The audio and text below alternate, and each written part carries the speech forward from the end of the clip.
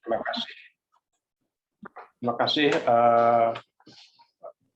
Ibu Ses BP3, Pak Berry Began, dan Bapak-Bapak Ibu sekalian. Kita Pak Sigit, mohon maaf Pak Sigit, dibuka ya. Dong ininya Pak Sigit, mohon maaf Pak Sigit, dibuka Pak Sigit. Oke. Oh iya. Ya, lupa mungkin. Maaf. Ya, mohon maaf ya. Ya. Lama nih Bu, komputernya nih, aduh maaf. Baik. Baik Bu. Terima kasih Ibu Ses, Pak Berry Began selaku narasumber, dan Bapak-Bapak Ibu sekalian yang menyempatkan untuk hadir online pada kegiatan Lectures Series pagi hari ini. Kegiatan ini yang kedua ini Bu Ses, dan diikuti oleh internal Kementerian Perdagangan saja Bu, untuk menyerap informasi dari unit-unit di lingkungan Kementerian Perdagangan dalam rangka penyusunan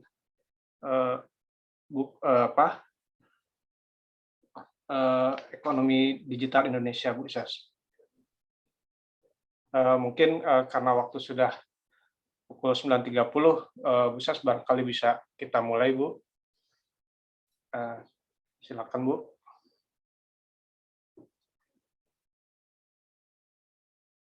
Terima kasih Pak Sigit. Tua-tua nih, pensiun. Bismillahirrahmanirrahim. Assalamualaikum warahmatullahi wabarakatuh. Selamat pagi dan salam sejahtera bagi kita semua. Om Swastiastu, Namo Buddhaya, salam kebajikan. Yang saya hormati tentunya Bapak Berry Began selaku narasumber untuk acara lecture series pagi ini, juga Bapak Ibu kolega kami, para pimpinan yang ikut hadir di sini, serta tentunya teman-teman seluruhnya dari Kementerian Perdagangan.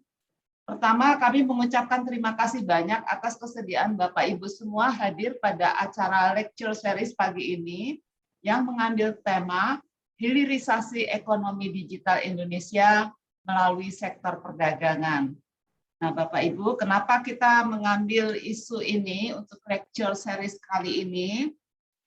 Kita semua paham bahwa di masa pandemi COVID ini telah mempercepat transformasi dan adaptasi digital di berbagai bidang. Contohnya e-commerce juga tumbuh cepat dalam ekosistem ekonomi digital Indonesia dengan kontribusi sekitar 23,3%, diikuti sektor keuangan dan jasa lainnya. Secara keseluruhan juga ekonomi digital ini memberikan kontribusi di dalam perekonomian nasional yang tumbuh dengan cepat, dan diperkirakan tahun 2030 nanti ini akan memberi kontribusi sebesar 18,8% terhadap PDB Indonesia atau sekitar 4.531 triliun rupiah. Tentunya transformasi ekonomi digital ini ada dampak positif dan tentu ada dampak set efeknya yang kurang baik atau kita sebut juga negatif, dan tentunya hal-hal tersebutlah yang perlu diantisipasi. Selain itu juga Bapak Presiden RI sudah menginstruksikan kepada pemerintah untuk menangkap peluang dan menggali potensi ekonomi digital ini melalui konsep hilirisasi ekonomi digital Indonesia. Pengertian mengenai hilirisasi ekonomi digital Indonesia ini tentu nanti kita minta kepada Pak Berry dan tim untuk menjelaskan kepada kita semuanya. Ini tentunya mencakup ekosistem dari digital Indonesia, ekonomi digital Indonesia, di mana Kementerian Perdagangan menjadi salah satu pemangku kebijakan di sektor perdagangan dan intinya memegang peran penting di dalam ekosistem ekonomi digital Indonesia. Peran dari Kementerian Perdagangan ini tentunya perlu dipahami oleh kita semua, seluruh ASN di Kementerian Perdagangan di setiap unit, karena saya yakin masing-masing sudah ada melakukan transformasi untuk pelayanan publik khususnya, dan itu tentunya akan mempercepat dari proses hilirisasi ekonomi digital Indonesia. Oleh karena itulah BP3 Badan Pengkajian Pengembangan Perdagangan mengangkat isu ini di dalam lecture series pagi ini. Bapak Ibu yang kami hormati, selamat mengikuti lecture series ini, dan dengan mengucapkan Bismillahirrahmanirrahim, maka acara lecture series pagi ini saya nyatakan dibuka. Terima kasih. Wassalamualaikum warahmatullahi wabarakatuh. Silakan berikutnya Pak Sigit. Baik, terima kasih Ibu Ses BP3. Selanjutnya acara kita mulai, mungkin kami serahkan kepada Bapak Erlan selaku moderator. Baik, silakan Pak Erlan. Ya, terima kasih Pak Sigit. Yang kami hormati Ibu Ses BP3, Ibu Nastiti, kemudian juga Ibu Ses Bapepti, Bu Tuti, dan juga para Bapak Ibu pimpinan yang mungkin saya belum bisa melihat satu persatu di room Zoom ini, dan juga rekan-rekan semuanya, rekan-rekan Kemendak. Assalamualaikum warahmatullahi wabarakatuh. Salam sejahtera untuk kita semua. Setelah tadi disampaikan oleh Ibu Nastiti bahwa memang pada kesempatan pagi ini kita akan mengangkat tema tentang hilirisasi ekonomi digital Indonesia melalui sektor perdagangan. Tadi sudah dikemukakan juga oleh Bu Nastiti bagaimana perkembangan dari sektor ekonomi digital ini dan juga dampaknya terhadap sektor perdagangan. Dan juga kenapa kita sebagai pegawai Kemendak itu harus memahami konsep dari hilirisasi ekonomi digital ini. Karena mungkin seperti kita sudah rasakan bersama ya, setiap hari kita selalu bersentuhan dengan berbagai dampak dari digitalisasi, seperti kita sering pakai aplikasi-aplikasi online untuk berbelanja, untuk memesan makanan, dan juga untuk pembayaran-pembayaran yang sekarang sudah cashless. Kemudian semua ini tentunya turut mempengaruhi aktivitas kita, termasuk di situ adalah Kemendak. Contohnya mungkin sedikit memberikan gambaran bagaimana perkembangan ekonomi digital ini mempengaruhi cara kerja kita di sektor perdagangan, khususnya sebagai pelayan publik ya. Itu di bidang dagri misalnya, ke depan isu-isu e-commerce itu pasti akan semakin kompleks. Tidak hanya bagaimana kebijakan itu dapat melindungi pelaku usaha di dalam negeri, tetapi juga yang lebih penting adalah bagaimana manfaat ekonomi digital ini dapat merata dirasakan oleh seluruh pelaku usaha, baik dari yang besar maupun sampai yang terkecil. Kemudian juga di bidang logistik juga demikian, ada pembaruan dan juga akan lebih banyak isu baru.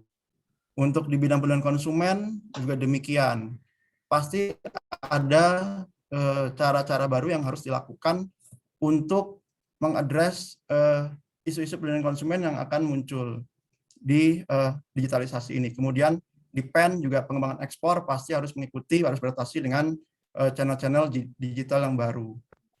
Demikian pula di perundingan, sudah ada perundingan dalam perdagangan digital internasional yang isunya juga berbeda dengan isu-isu dalam perdagangan konvensional.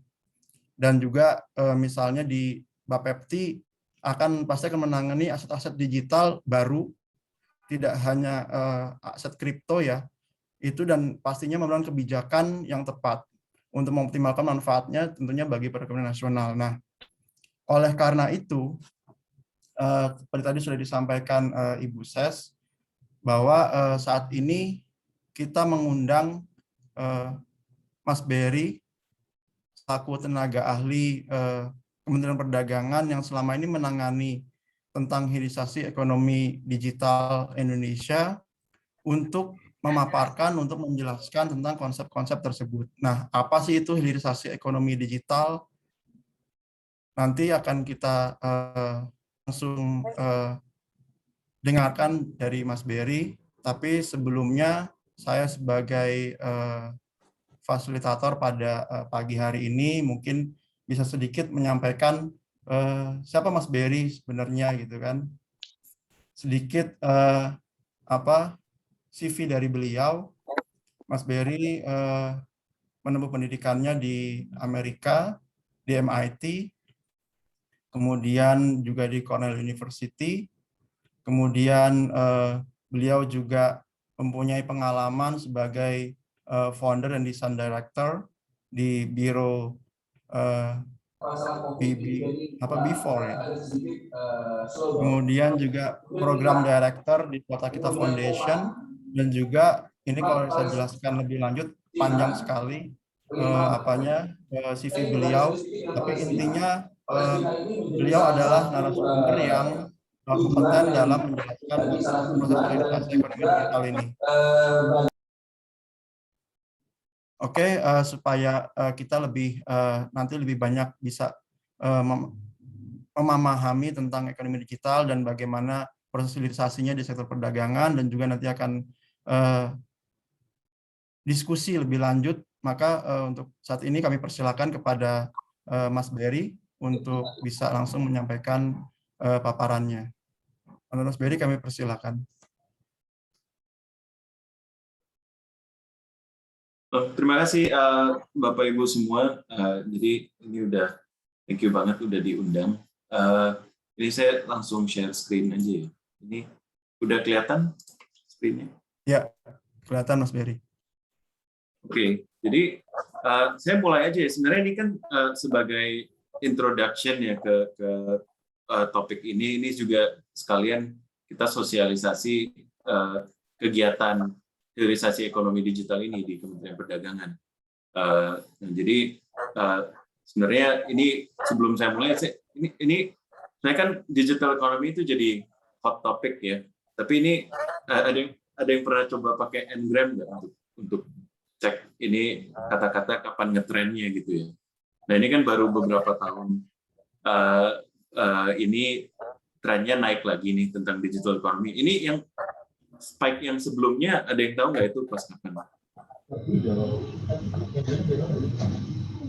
Ini susah tanya jawab ya. Tapi itu spike-nya pas sekitar .com bubble 99 sampai 2022 itu.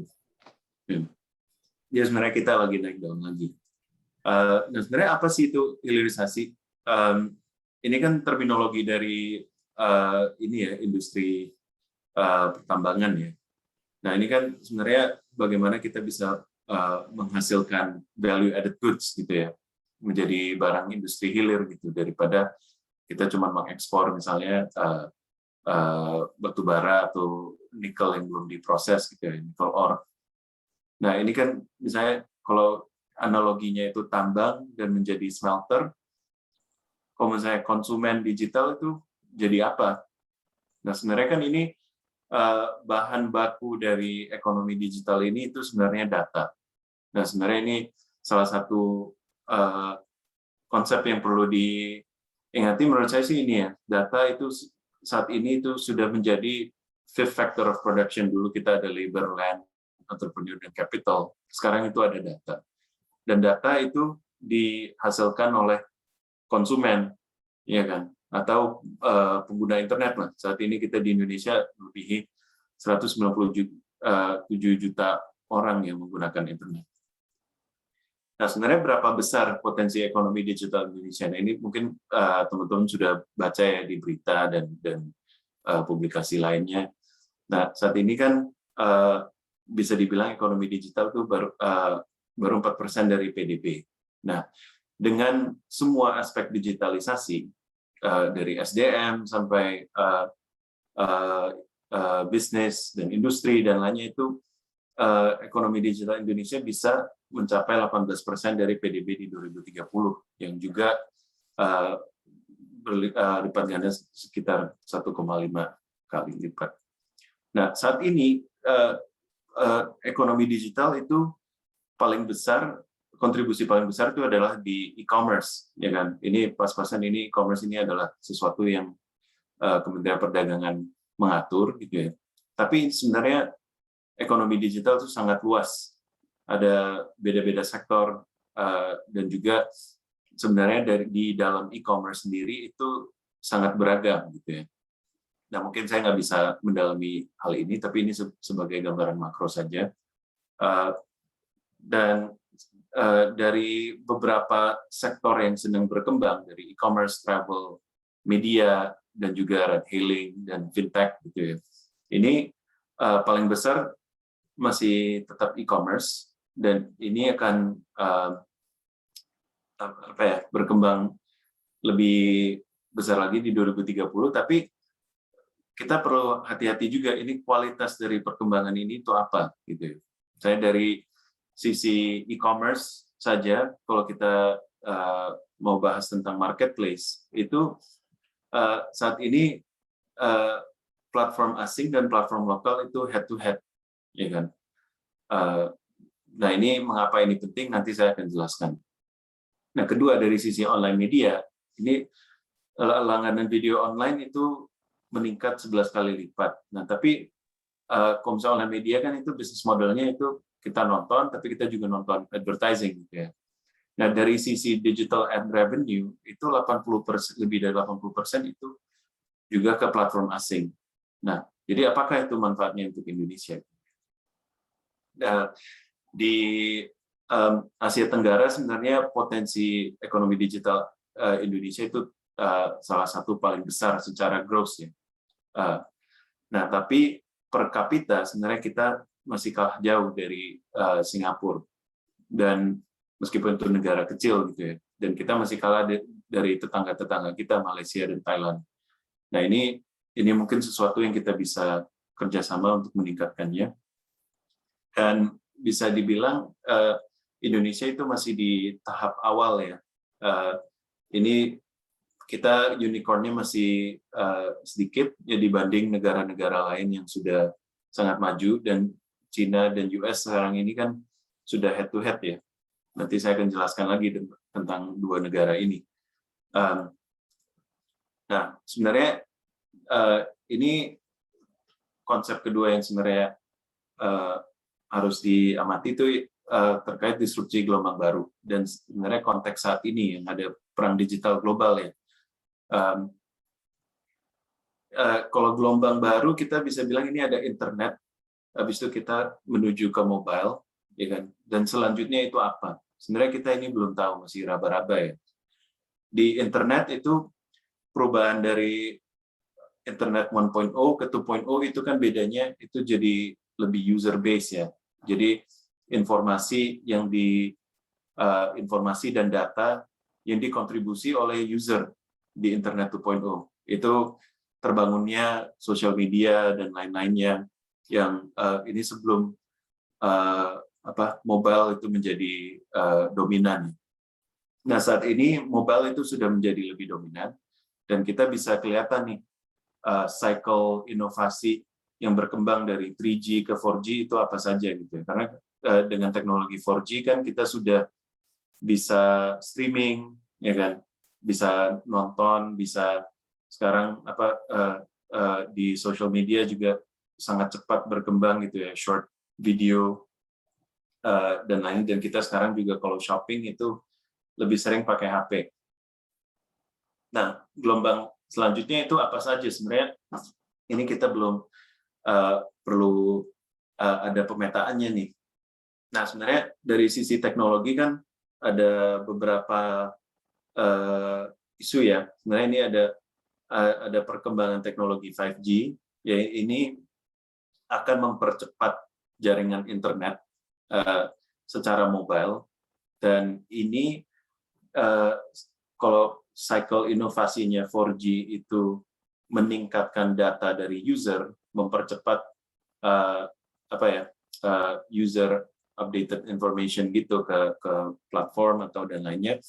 5G ini akan mempercepat atau meningkatkan data dari apa ya namanya periferinya gitu, jadi antar barang justru. Nah, antar objek gitu ya, dari komputer ke HP, dari HP ke mobil, dari lampu lalu lintas ke komputer dan lainnya. Jadi ini dan data-data itu akan bisa menghasilkan industri-industri baru. Ya, jadi ini yang itu salah satu sektor industri itu adalah IoT, gitu ya. Jadi Internet of Things. Nah, ini adalah transmisi data melalui jaringan internet dan ini adalah interaksi antar objek, gitu ya. Ini kan contoh yang paling populer ya, misalnya Amazon Echo, ya kan, yang kalau misalnya kita ngomong itu bisa nyalain radio, atau sekarang kan banyak sistem security ya, misalnya dari HP kita bisa kunci rumah, pintu rumah gitu ya melalui HP saja, atau kita bisa connect dengan webcam untuk jaga bayi yang di rumah yang untuk diawasin gitu ya. Nah, ini akan lebih banyak lagi inovasi-inovasinya karena koneksi internet itu akan lebih cepat. Jadi kita udah nggak perlu WiFi lagi karena 5G itu akan meningkatkan internet speed hingga 100 kali lipat gitu, dari apa yang kita sekarang ada dengan 4G. Nah, selain itu ada teknologi blockchain. Ini sebenarnya kan teknologi verifikasi ya dan penyimpanan data. Nah, jadi ini sebenarnya ngomong kasarnya ini akan mengurangi paperwork secara kasar. Jadi ini juga ujung-ujungnya akan bisa diterapkan di banyak-banyak sektor industri. Habis itu ada artificial intelligence, yang mungkin ini lebih luas ya pemahamannya ya. Dan terakhir itu ada cloud computing, yang sekarang kita kalau mau store informasi atau mau mengkomputasi itu bisa antar komputer dan juga di cloud gitu ya. Jadi nggak semua harus ada di hard drive kita atau di server kita. Nah, ini akan beberapa perkembangan teknologi ini akan mendukung sektor-sektor baru yang kita lihat itu akan sangat membangun, bisa berkontribusi besar pada perkembangan negara gitu ya. Misalnya dari sisi agriculture, ya kan, dari akses finansial atau edukasi gitu ya. Saat ini kan banyak yang sekolah di rumah gitu ya. Dan juga untuk healthcare. Ya, ini kan kita udah lumayan familiar ya dengan pelindungi gitu. Apa sih? Peduli Lindungi. Ya. Nah, ini beberapa contoh. Saya dari sisi 5G itu karena ini semuanya bisa jadi mobile dan remote, itu bisa meningkatkan misalnya smart cities gitu ya. Jadi informasi antara dari Google Map lah ke mobil, dan itu bisa menginformasikan juga ke rambu-rambu lalu lintas, ya kan? Atau antar mobil gitu ya. Kalau di masa depan mobil akan lebih automated. Kedua, misalnya dari sisi farming gitu ya. Ini informasi dari weather station bisa langsung ke smartphone atau rumahnya petani ya, dan itu juga bisa mungkin terkoneksi dengan alat-alat petani di lapangan atau sistem irigasi dan lain. Jadi ini semua akan lebih tersambung gitu ya. Tidak perlu transmisi informasi itu tidak perlu manual lagi. Nah, kedua itu adalah dari sisi cloud computing ini sebenarnya sekarang juga ada edge computing ya. Jadi antara dua itu intinya ini akan mempercepat daya komputasi kita, dan ini sama dengan seperti 5G ini, kalau misalnya kita daya komputasinya itu bisa dipercepat misalnya 100 kali lipat, itu bahkan dengan edge computing itu bisa lebih ya. Itu akan membangun industri-industri baru yang kita sebelumnya belum pernah lihat. Nah, habis itu ada blockchain, ini bisa buat healthcare record yang secure, dan salah satu use case yang kita lebih familiar mungkin itu dari cryptocurrency ya. Nah, dari sisi artificial intelligence ini juga sangat besar. Ini sebenarnya nggak beda dengan computing gitu ya. Jadi ini akan mempercepat use case-nya itu akan sangat banyak, dan juga IoT yang tadi sudah ceritakan. Nah, saat ini sebenarnya di Indonesia itu masih sangat di tahap awal ya. Jadi ini dari sisi pertanian, saat ini ada Tani Hub, dan ada juga e-fishery di Tambakan gitu ya. Di e-fishery itu mereka menggunakan teknologi IoT itu untuk mengoptimalisasi pakan untuk tambak-tambak itu. Jadi sekarang sudah automated gitu ya. Jadi secara otomatis mereka bisa regulate supply pakan di tambaknya, dan dengan teknologi AI dan machine learning mereka juga bisa mempelajari kesehatan ikan-ikannya gitu atau udangnya di tambak tersebut. Nah, ini salah satu company di Indonesia yang sebenarnya memegang teknologi ya. Ini nanti saya akan bahas lagi tentang bedanya pemegang teknologi yang hard tech dan juga banyak platform-platform yang kita lebih familiar, yang consumer facing itu lebih dari sisi soft tech ya. Jadi ini modul-modul teknologi yang sebenarnya sudah widely available dan sudah menjadi business model, dan itu tinggal dikembangkan dari sisi implementasi bisnisnya gitu. Tapi dari sisi teknologi yang perlu R&D, sebenarnya di Indonesia itu masih sangat terbatas perusahaan yang ada.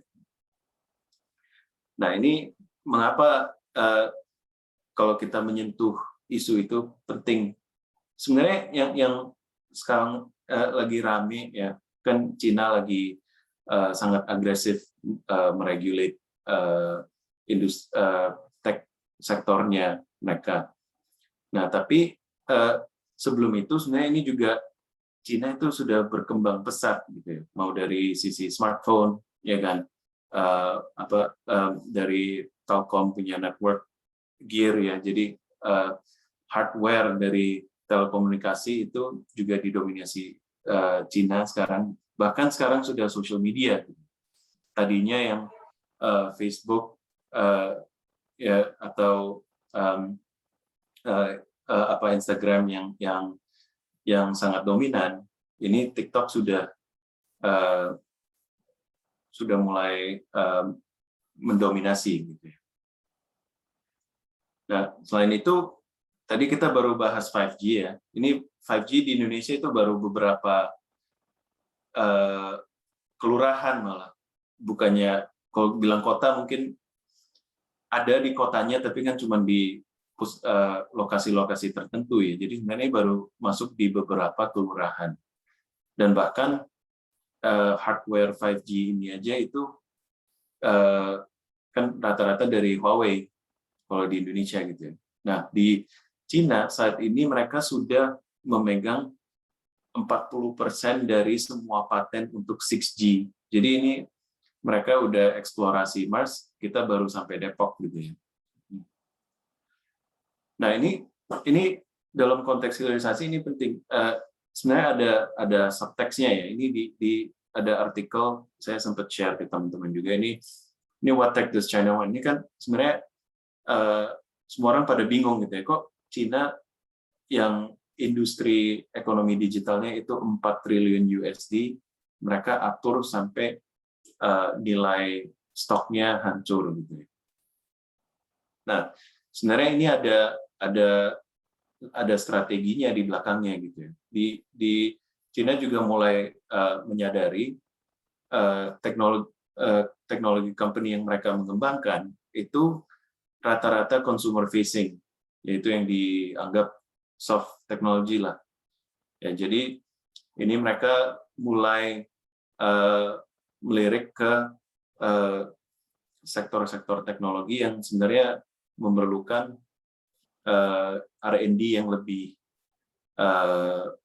besar ya, dan jadi itu lebih dan ini yang akan menguasai ekonomi di dunia sebenarnya, mau dari sisi pasar, ya kan, political, bahkan dari sisi keamanan, ketahanan.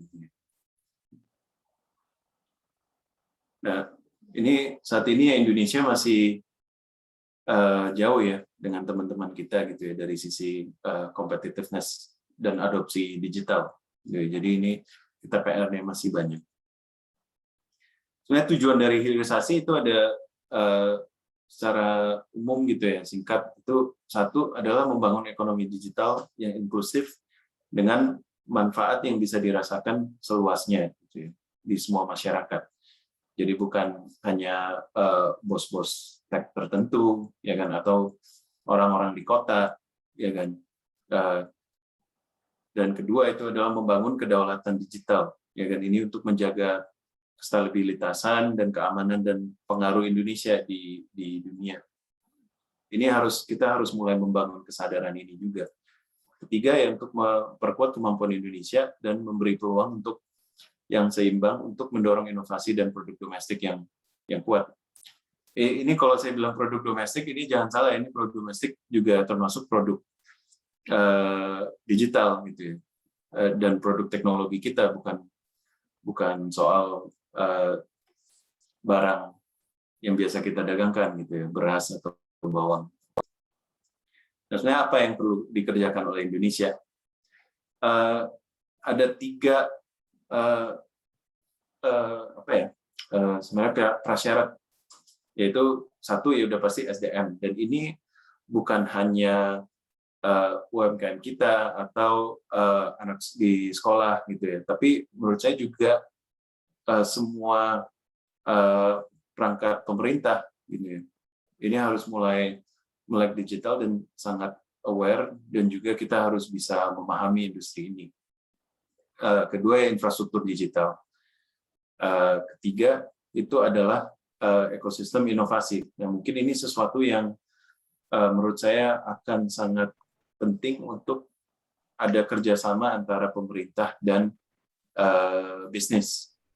Nah, karena saat ini ya pengalaman saya sejak saya join di Kementerian Perdagangan itu, saya lihat pemerintah cenderung untuk mengatur,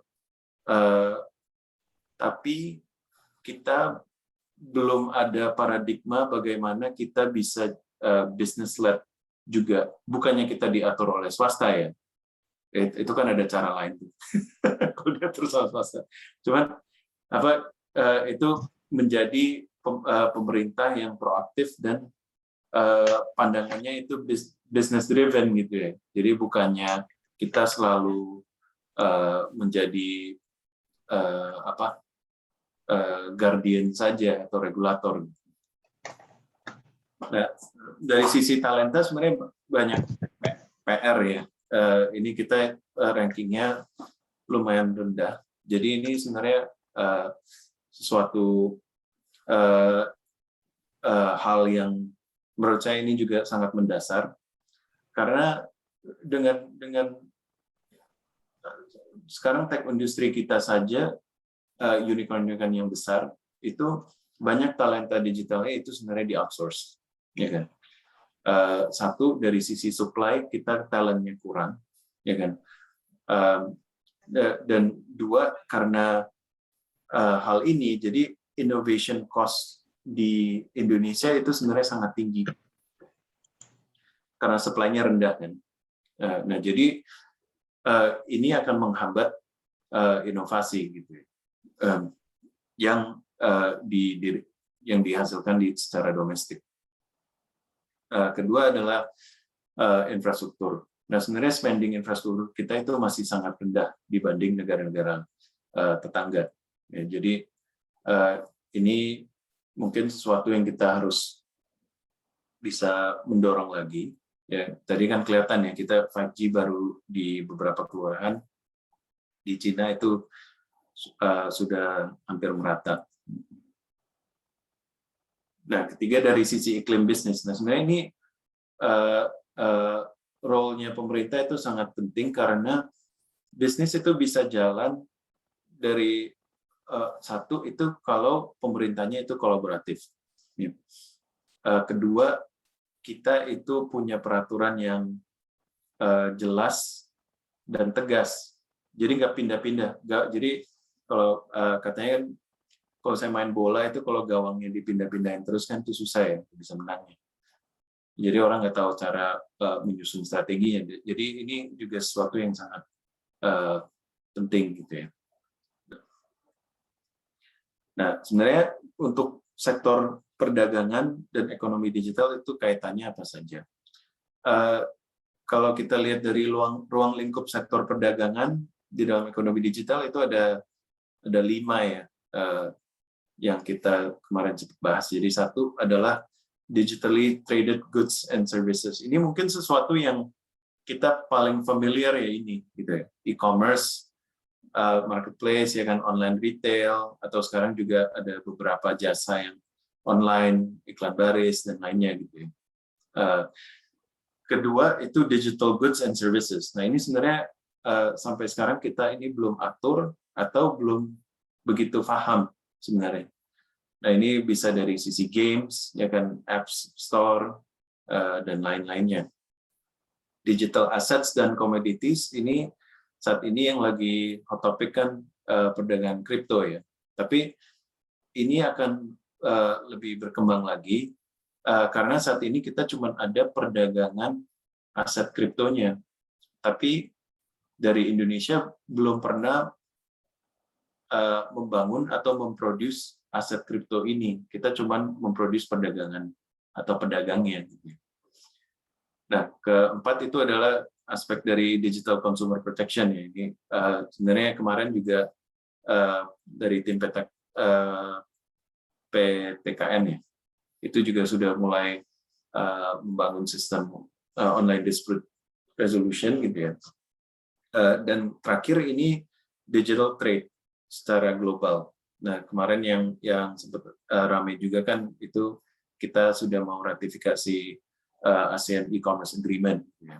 Dan kita dengan UAE CEPA itu juga ada artikel yang kaitan dengan e-commerce. Nah, jadi ini perlu kita menyikapi juga gitu ya, secara proaktif. Kita mulai dari barang yang didagangkan secara digital.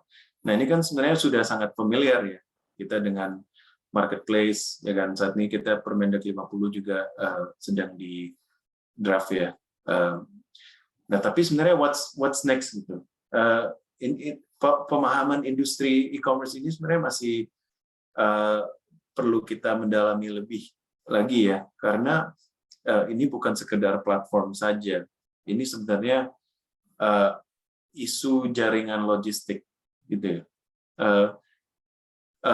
Di Cina mengapa mereka dari sisi ekspor dan juga mengapa mereka bisa menguasai semua pasar ya, termasuk sekarang kita, dari sisi e-commerce di Indonesia juga bisa dibilang sangat terancam ya dengan kekuasaan pasarnya Cina. Itu Cina sudah membangun 105 pilot zone ya, ini termasuk bonded warehouse dan lain-lainnya untuk memfasilitasi cross border e-commerce. Dan kalau lihat di background ini dari sisi logistik mereka juga sudah catch up, bahkan sekarang bisa lebih canggih dari Amerika gitu ya. Dari sisi automation ini sekarang udah nggak pakai orang lagi, ini robot-robot kecil yang memindahkan barang-barangnya di warehouse-nya. Nah kita ini masih manual gitu ya. Bahkan di salah satu top e-commerce platform kita, kemarin saya sempat visit fulfillment center-nya nih. Ini pemanfaatannya masih di bawah 2% dari semua transaksi. Ya, jadi bukan hanya ini kurang automated, bahkan pemanfaatannya masih kurang. Jadi kita para UMKM kita yang berada di platform itu masih menjalani logistik sendiri secara manual. Jadi itu sangat tidak efisien. Jadi kebayang ya kalau misalnya kita naikin ini aja 30%, itu dampaknya akan berapa besar untuk mempercepat transaksi, ya kan, mempermudah pemasaran dan lain-lain. Ini topik yang lebih dalam lagi lah, ini perlu dibahas lebih lanjut. Nah, kedua itu barang digital. Mungkin pakai contoh gaming saja ya. Kita itu sempat diangkat mungkin sama Pak Wamen. Kita sudah mulai membuat game sendiri gitu. Tapi itu masih sangat-sangat kecil gitu ya. Saat ini unfortunately yang kita ada itu ya kita kan emang negara ini ya kreatif gitu ya. Jadi unfortunately kita rata-rata banyaknya masih di streamernya, talent agency-nya saja. Jadi ini dari sisi pemasaran lah, tapi di satu ekosistem gaming ini, gaming kan sekarang lama-lama lebih live stream ya. Ini masih banyak yang kita belum menyentuh untuk menguasai industri ini. Nah, dari sisi aset digital, sebenarnya per Juli 2021 kemarin kita sudah pelanggannya sudah lebih dari 7,4 juta orang ya, dan nilai transaksinya itu mencapai 478 triliun. Nah, tapi apa manfaatnya dengan perdagangan kripto?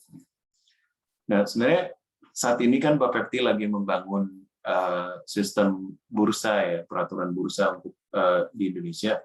Nah, sebenarnya salah satu peluang itu adalah di sistem depositorinya. Karena saat ini kita cuma ada pedagang dan juga trading platform gitu. Nah, tapi itu hanya sekedar website gitu. Nah, di dunia kripto dan blockchain ini sebenarnya salah satu inovasi teknologi itu bisa ada di depositorinya. Ini adalah custodian untuk aset-aset kriptonya, penyimpan aset kriptonya. Tapi ini perlu SDM dan fasilitas yang sangat canggih, dan saat ini kita belum ada. Nah, jadi menurut saya ini juga sesuatu contoh bagaimana kalau misalnya kita mau proaktif untuk mengembangkan ekosistem teknologi kita dengan peraturan, yaitu yang di kewenangan kita, itu kita bisa mendorong ini gitu. Misalnya kita mengundang PMA atau mewajibkan operations-nya itu ada di sini, dan ada teknologi transfer dan lain-lainnya. Jadi kita harus get ahead. Nah, untuk digital trade ini juga sesuatu yang mungkin mulai ada di radarnya kita, gitu ya. Jadi ini sebenarnya biasa di digital trade itu yang dibahas sebenarnya bukan barang, tapi itu adalah isu-isu yang terkait transfer data, informasi dan cyber security dan lainnya. Nah, menurut saya ini juga sesuatu yang kita perlu get ahead dan memiliki posisi atau postur perundingan yang proaktif. Karena ini dengan perkembangan ekonomi ini, menurut saya semua economic agreement yang kita mau tanda tangan pasti akan mengangkat ini. Nah, ini udah terakhir ya sebenarnya. Ini nah, biar kita bisa diskusi lebih banyak, apakah peran pemerintah dan apakah peran Kementerian Perdagangan. Nah, kalau dari sisi peran ini banyak ya, tapi mungkin yang saya mau angkat itu sebenarnya lebih ke attitude-nya kita itu harusnya bagaimana gitu ya. Nah, ini sebenarnya slide yang terakhir itu, satu, kita harus proaktif dan adaptif gitu ya, karena perkembangan ekonomi digital ini sangat dinamis gitu ya. Nah, ini kalau kita sering bahas level playing field, ini sebenarnya ini juga level playing field untuk semua perangkat pemerintah. Mau dari saat ini karena ini industri yang berkembang sangat pesat, itu dari sisi knowledge sih kita semua rata gitu ya, mau dari junior sampai menteri ya. Menurut saya itu pengetahuannya mungkin hampir sama. Bahkan yang muda-muda itu juga mungkin lebih familiar dengan industri ini gitu ya. Jadi ini kita mungkin harus mengubah pola kerjanya kita juga, ya kan, dan cara kita memproses hal ini di dalam kementerian. Jadi nggak bisa business as usual. Nah, kedua itu kita juga harus bisa bekerja sama dengan pihak swasta karena mereka ini adalah ujung tombak inovasi. Gitu. Jadi supaya kita bisa catch up, kita harus nempel supaya kita bisa tahu ini perkembangannya mau kemana saja. Dan satu, bagaimana kita sebagai pemerintah bisa memfasilitasi pengembangannya, atau kita bisa mencegah hal-hal yang akan membahayakan atau mengancam masyarakat kita. Gitu. Ketiga itu yang sangat penting itu hilirisasi ekonomi digital ini tidak bisa terpisah dari strategi besar dan kepentingan negara. Jadi ini bukan sekedar kita melek teknologi itu bisa pakai internet saja, tapi kita harus bisa memahami negara ini mau kemana, karena industri digital ini akan menjadi alat perang baru nih sebenarnya, ya kan? Jadi jangan sampai kita dijajah lagi. Ya, itu saja. Terima kasih, Erlan, Bu Nastiti, Pak Sigit. Ya, terima kasih Mas Berry atas paparannya. Kemudian mungkin kita bisa masuk langsung ke sesi diskusi ya. Untuk diskusi kali ini, mohon yang akan mengajukan pertanyaan bisa mengaktifkan fitur raise hand, atau juga bisa langsung mengetik di chat di Zoom ini, jadi bisa kami langsung lihat. Dan tapi jika ingin langsung mengajukan pertanyaan, bisa mengajukan melalui fitur raise hand. Untuk waktu kita sampai pukul 11.30, jadi kita punya cukup banyak waktu ya untuk untuk diskusi.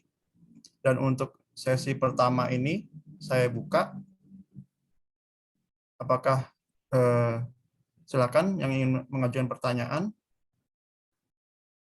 Karena ini adalah topik yang sebenarnya itu tadi sehari-hari kita sudah memanfaatkan teknologi digital, tapi di bidang pekerjaan kita khususnya di perdagangan, saya kira kita bisa setuju bahwa ini adalah suatu hal yang baru ya.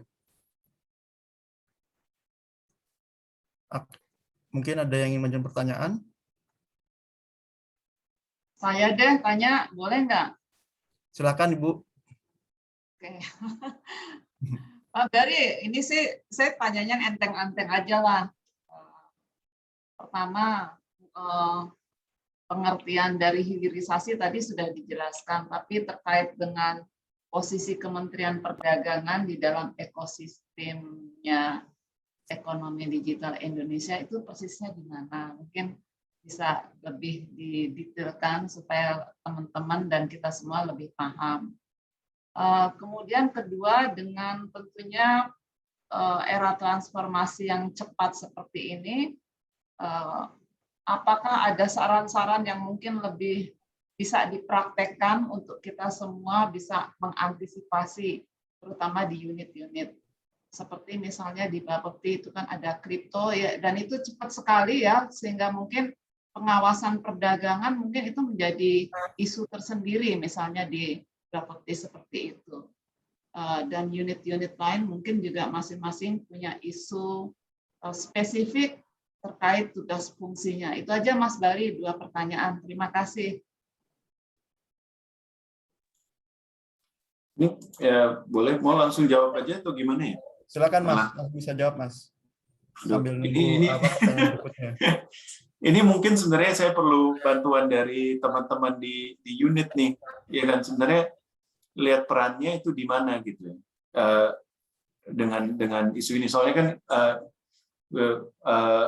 ya kalau misalnya contoh saat ini yang kita ada kan sebenarnya ini ya, kita lagi mengatur e-commerce, ya kan, dan juga misalnya di Bapepti juga lagi mengatur cryptocurrency, ya kan. Mungkin dari sisi e-commerce dulu, sebenarnya kan yang tadi saya bilang itu ya. Jadi satu, kita dari sisi peraturan harus mungkin lebih advance lagi dari sisi mengatur, pemikirannya kan masih mengatur barangnya ya. Itu mungkin yang sesuatu yang kita harus coba bisa mengatur ekosistem industrinya at large gitu, mau dari sisi bukan mengatur saja lah, tapi bisa memetakan apa yang kita harus memberi insentif untuk menstimulasi itu, ya kan, dan apa yang kita bisa mempermudah gitu ya,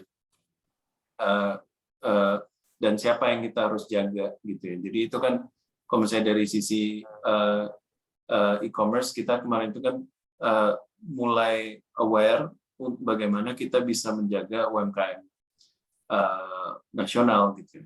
Nah, kalau dari sisi e-commerce sendiri kan kita masih baru atur barang ya. Jadi itu sebenarnya kalau kita bahas PMSE itu juga termasuk apps dan lainnya, itu yang barang digitalnya yang sebenarnya kita juga belum atur gitu ya. Dan juga jasa dan jasa digital. Jadi itu sesuatu roadmap yang mungkin perlu dibangun gitu ya. Jadi harus perlu dipelajari dulu apa yang sebenarnya harus diatur atau yang harus di-incentivize. Gitu ya. Mungkin dari sisi pengembangan digitalisasi pasar atau digitalisasi pedagangnya, ya kan, itu kan juga sesuatu yang kita bisa bangun sebagai program gitu ya. Mungkin itu dari sisi. Kalau cryptocurrency mungkin ini yang menurut saya yang tadi saya ceritakan tadi gitu ya, dan ini udah berapa kali kan saya angkat di Bapepti ini.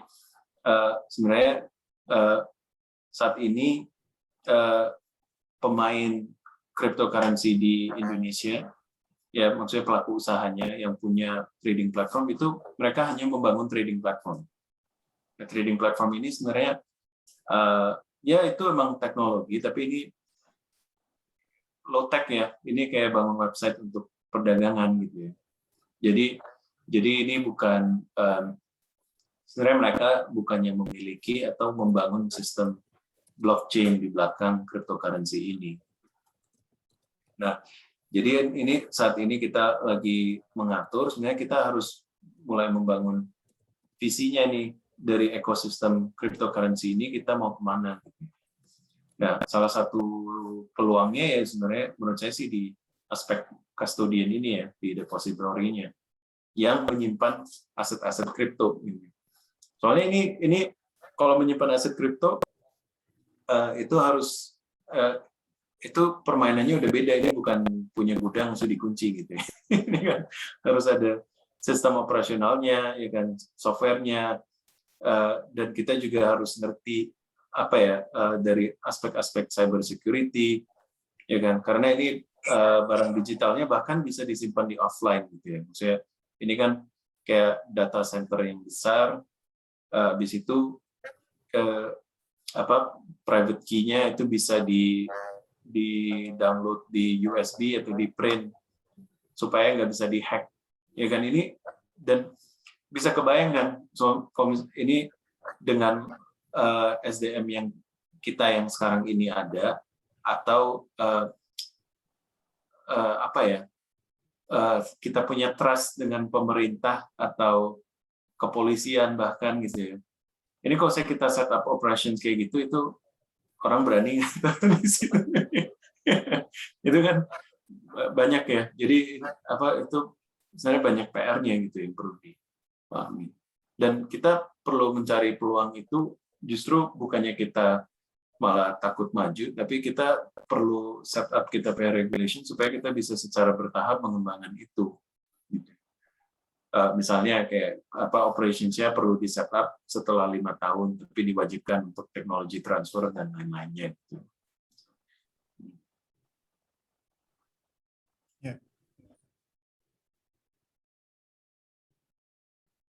Terima kasih. Silakan Pak. Itu mungkin yang lain ada yang bertanya, tapi kalau nggak ada yang tanya nanti saya tanya lagi. Terima Silakan kasih. Pak Bayu. Silakan bisa langsung Pak Bayu. Siap. Mohon izin Pak Beri, Ibu Ses, Bapak Ibu pimpinan. Pak Beri, ini Bayu Pak dari Pembangunan. Pak, saya mau coba memperdalam lagi soal bagaimana kita melindungi UKM ya Pak ya. Karena kan digital economy ini akan sangat membuka dan meningkatkan cross border transactions Pak. Nah, dengan tadi keadaan infrastruktur di Tiongkok dan negara pesaing kita itu kan sudah jauh lebih advance. Nah, sebenarnya bagaimana kita sebagai Kementerian Perdagangan atau bagaimana kebijakan kita kalau pinjam istilah Pak Mendak dapat menjadi wasit bagi wasit yang baik untuk SME maupun pengembangan digital ekonomi ini. Itu yang pertama, Pak. Yang kedua, Undang-Undang Perlindungan Data Pribadi kan sekarang masih digodok di DPR, Pak.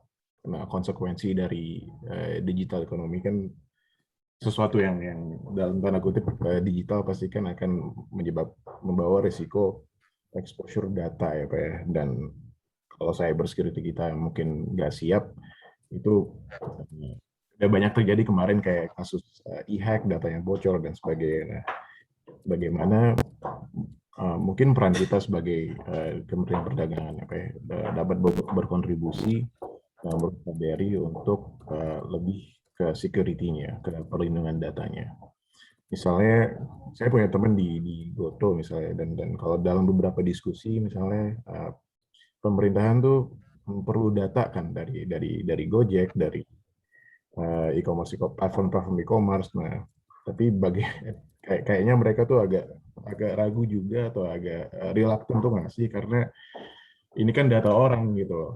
Mereka nggak berhak untuk membagi dan sebagainya. Nah, gimana kita bisa lebih melindungi, provide protection dari sisi datanya, Pak. Thank you, Pak Beri. Oke. Ya sebenarnya saya mulai dari data dulu ya. Sebenarnya itu bukan di Kemendak sih. Unfortunately itu di Kominfo. Kalau ngomong secara praktikal ya. Jadi atau di ini apa sih? BIN ya? Ya.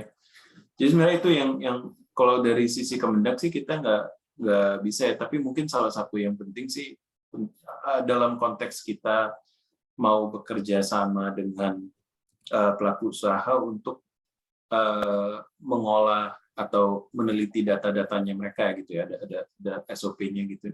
Menurut saya itu sih security-nya bisa dibangun kalau kita mau bekerja sama dengan mereka untuk membangun SOP. Tapi kitanya juga harus canggih kayak di BI gitu ya. Mereka bisa percaya BI kan soalnya memang SDM-nya sama itunya lebih dipercaya saja gitu. Selain BI itu gatekeeper yang lumayan kuat lah sebagai dari sisi peraturan gitu. Nah, jadi menurut saya sih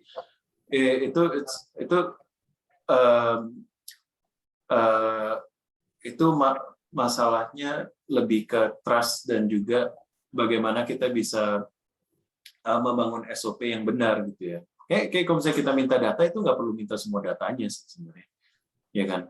Itu kan bisa sangat targeted gitu ya. Misalnya kita bisa bilang oh ini untuk membina UMKM kita perlu data apa saja dan ini cara kita bekerja sama untuk mengelola datanya gitu ya, yang bisa benefit semua satu sektor itu gitu ya. Jadi menurut saya sih kita harus bisa cara mikirnya harus bisa kayak begitu gitu ya, daripada kita selalu merasa oh sebagai pemerintah kita harus memiliki datanya, padahal di sini kan tahu juga lah ini datanya kalau dikirim kita ya WA-WA aja informasinya, ya kan, nggak bisa dibendung. Nah kalau saya dari sisi perlindungan UKM sih sebenarnya Pak Bayu bukan dari PDN ya? Dari PEN. Dari PEN ya? Ya. Ya itu ngobrol sama tim PDN lah. Itu kan di ruang sebelah. Ya jadi kan sebenarnya kalau kita kan itu lagi dalam proses revisi Permendag 50. Jadi itu akan itu adalah salah satu tujuan utamanya kita gitu. Nah, tapi menurut saya Permendag 50 saja itu tidak cukup, ya kan? Menurut saya ini ada strategi defensif sama ofensif ya. Menurut saya kalau dari Permendag 50 kan yang kita bisa atur itu adalah platformnya, PMSE-nya. Tapi kalau misalnya dari sisi impor itu kan beda lagi, ya kan? Itu perundingan, itu kan semua pihak tuh. It's about trade agreement, it's about ini apa? Kita punya strategi impornya dan juga harus kerjasama dengan bea cukai dan lainnya gitu ya. Jadi menurut saya sih itu dari sisi defensifnya itu mungkin PR-nya sangat besar gitu ya. Nah, dari sisi ofensifnya menurut saya ya bagaimana kita bisa mendorong platform-platform kita untuk mengutamakan produk nasional gitu ya. Nah, itu kan sebenarnya sudah dicantum, tapi kita perlu pinternya nih strategi-strateginya apa saja gitu.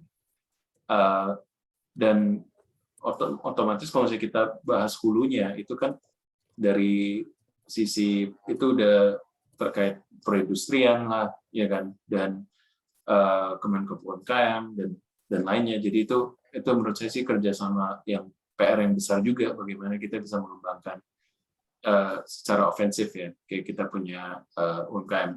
Ya habis itu ya sistem logistik. Sebenarnya ini saya masih belajar juga ya, saya nggak tahu Kementerian Perdagangan itu mengatur logistik sampai mana. Tapi menurut saya itu adalah salah satu kunci besar untuk e-commerce ya, untuk bisa mengembangkan UMKM kita. Soalnya ini mungkin yang perlu dipahami ya, landscape e-commerce kita itu sebenarnya agak beda dengan Alibaba dan Amazon.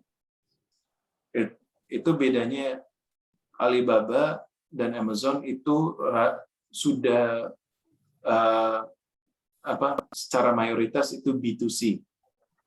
Jadi kalau nggak mereka yang ngestok barang yang mereka beli putus dari supplier besar atau produsen atau supplier besar yang menjualkan di platformnya gitu ya. Itu beda banget dengan landscape e-commerce kita yang mayoritas itu adalah pedagang kecil, ya kan? Jadi mereka itu, jadi kita itu marketplace-nya lebih C2C gitu ya. Jadi kayak dari seller kecil ke pembeli. Dan itu dinamikanya beda banget, ya kan? Karena yang kayak contoh tadi, kenapa less than 2% yang memanfaatkan fulfillment center? Karena biasa transaksinya itu sangat kecil. Gitu ya. Saya produce 20 masker, ya kan? Dan jualnya segitu aja. Ngapain saya stok barang di gudang? Jadi menurut saya ini dinamika yang sangat beda dan harus difahami, dan menurut saya inovasinya akan beda juga. Gitu. Keperluannya di industri ini akan beda. Ya. Udah gitu. Ya, Mas Berry, ini ada lagi pertanyaan. Silakan Mbak Dina, baru kemudian Mas Adik ya. Silakan Mbak Dina. Ya, terima kasih. Mohon maaf ini kamera saya ternyata bermasalah. Kadang-kadang bisa, kadang-kadang enggak. Jadi tanpa mengurangi rasa hormat kepada Ibu Nastuti dan juga Bapak dan Ibu kalian, Mas Berry juga. Ini mohon izin ini sekali lagi kameranya tidak bisa dinyalakan, bukan karena saya tidak nyalain, tapi memang ada somehow kerusakan di laptopnya. Nah, terkait ini, terkait dengan PPT yang tadi sudah dijelaskan dan juga pemaparan yang sudah disampaikan, kami ingin menanyakan kira-kira Indonesia siap nggak kalau misalnya suatu saat kita membentuk suatu bentuk agreement terkait dengan digital ekonomi atau digital trade. Kita kan memang sudah punya persetujuan terkait e-commerce nih dalam fora regional, dan itu mengikat dan proses ratifikasinya juga sudah selesai. dan nantinya pasti kan ada peraturan pelaksana dan sebagainya gitu. Dan di dalam persetujuan e-commerce itu kan sifatnya lebih kepada kerjasama. Tapi ke depannya kalau di dalam Fora ASEAN sendiri kita sedang memproyeksikan untuk menyusun suatu bentuk framework agreement terkait digital trade atau digital ekonomi. Nah, ini sifatnya lebih luas pastinya, dan e-commerce nanti akan menjadi salah satu cakupan dari agreement tersebut. Kami ingin menanyakan pendapat dari Bapak dan Ibu semua yang hadir di pertemuan hari ini, maupun juga tentunya dari Ibu Nastiti atau dari Mas Berry, kira-kira kesiapan kita tuh bagaimana gitu. Karena saat kami melontarkan isu ini dengan KL terkait, ini ada beberapa pro kontra yang masih timbul gitu. Ada yang menyampaikan ketidaksiapan kita memang dari sisi perangkat hukum, implementasi, dan juga berbagai masalah teknis di lapangan. Tapi ada juga yang menyambut positif. Karena memang kekuatan kita kalau terkait dengan e-commerce memang sangat kuat ya, dan kita banyak sekali pemain-pemain kita yang memang unicorn kita yang memang jadi pemain aktif di kawasan Asia Tenggara. Cuman kalau untuk pengaturan digital ekonomi atau digital trade itu kan e-commerce masih akan menjadi salah satu bagian, masih banyak aspek-aspek lain seperti misalnya cyber security kita nanti bagaimana, terkait data protection yang tadi juga sudah disampaikan, kemudian bagaimana juga perlindungan konsumen, kemudian juga hal-hal lain yang dari sisi, sekali lagi dari sisi infrastruktur dan implementasi maupun perangkat hukum di dalam negeri kita memang belum ada atau memang masih belum memadai seperti itu. Sementara ada beberapa komitmen di regional yang ternyata harus kita kejar juga. Permasalahannya kan kadang-kadang kalau yang selama ini kami hadapi, seringkali komitmen yang ada di kawasan, baik di kawasan secara bilateral maupun regional, itu tidak sejalan dengan kesiapan kita di dalam negeri. Gitu. Jadi akhirnya once persetujuan itu akhirnya ditandatangani atau kemudian selesai proses ratifikasinya, itu ada gap antara kesiapan kita dengan komitmen yang sudah kita sepakati. Seperti itu. Jadi saya ingin mengingatkan Bapak dan Ibu sekalian bagaimana kira-kira nggak smart dong kalau hal tersebut. diulang namanya. Terima kasih. Ya. Mbak Dina dari Dina. oh ya. Sorry. Ya, terima kasih Bu Dina. Mungkin bisa nanti Mas Tio sekaligus nanti bisa langsung dijawab setelah ini. Silakan ajukan pertanyaannya dulu Mas Tio. Ya, terima kasih Pak Erlan. Mohon izin Bu Ses, Bapak Ibu sekalian. Assalamualaikum warahmatullahi wabarakatuh. Pak Berry, mohon izin. Saya Tio dari Puskadati, Pak.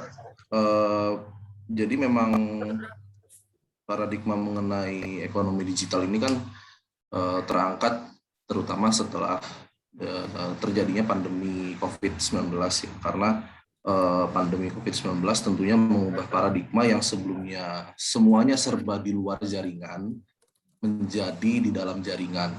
Nah, termasuk dari segi perdagangan yang tadinya orang-orang belanja ke mall, sekarang pada masa pandemi ini lebih memilih untuk belanja melalui platform e-commerce. Jadi bagaimana menurut pandangan Pak Berry, bagaimana membangun paradigma bahwa faktor utama peningkatan ekonomi digital adalah berasal dari sektor perdagangan, bukan dari sektor yang lain. Jadi paradigma yang perlu, menurut hemat saya, paradigma yang perlu dibangun adalah yang mendorong nilai atau value daripada ekonomi digital itu justru dari sektor perdagangan. Secara umum bagaimana membangun paradigma tersebut. Lalu memang kita akui tata peraturan perundang-undangan kita khususnya di sektor perdagangan sampai pre-pandemi COVID-19 itu belum secara eksplisit dan secara rigid dan secara tegas merumuskan mengenai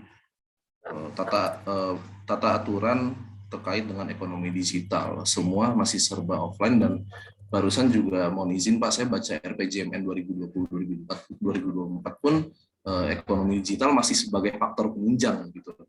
Nah, menurut hemat Pak Berry, bagaimana tata aturan yang diharapkan? Apakah aturan yang rigid atau justru yang fleksibel dan fluid seperti Undang-Undang Cipta Kerja yang dia merumuskan dan mengubah banyak sekali tata aturan menjadi satu kesatuan. Terima kasih atas kesempatannya, mohon izin. Ya, terima kasih. Silakan Mas Berry. Ya, mungkin menjawab Bu Dina dulu ya. Mungkin ya itu makanya saya saya juga mempertanyakan itu. Kadang karena perundingan regional ini atau apa bilateral atau dan lainnya itu kan sebenarnya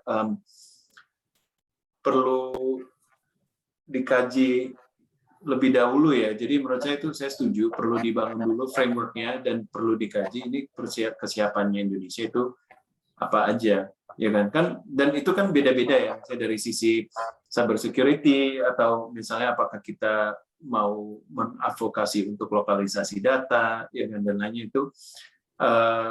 Tapi kan kita harus bisa siap juga. Jadi menurut saya mungkin di framework-nya kita juga satu harus menggambarkan apakah kita siap atau enggak untuk menentukan itu, atau kalau misalnya kita sudah setuju mungkin ini arah yang baik tapi kita belum siap, apa yang kita harus persiapkan, ya kan. Tapi itu kan PR-nya bukan cuma di Kemendak menurut saya. Jadi makanya ini dari beberapa item-item untuk perundingan itu kan harus dikoordinasikan baik dengan KL kita, dan kita juga harus ini ngobrolnya sangat umum ya, tapi kan kita juga harus pahami dulu nih apa yang akan benefit masyarakat kita dan pengusaha kita juga dari sisi perundingan itu. Mungkin itu saja sih kalau untuk Bu Dina ya.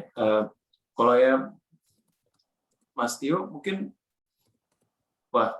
saya menurut saya ini ya, kalau yang paling mendasar menurut saya itu mungkin bukan dari sisi framework aturannya dulu nih, soalnya kita belum tahu nih apa yang mau diatur. Itu kan sebenarnya Mas Hendy. Jadi menurut saya yang paling pertama itu justru pola pikiran dulu yang perlu diubah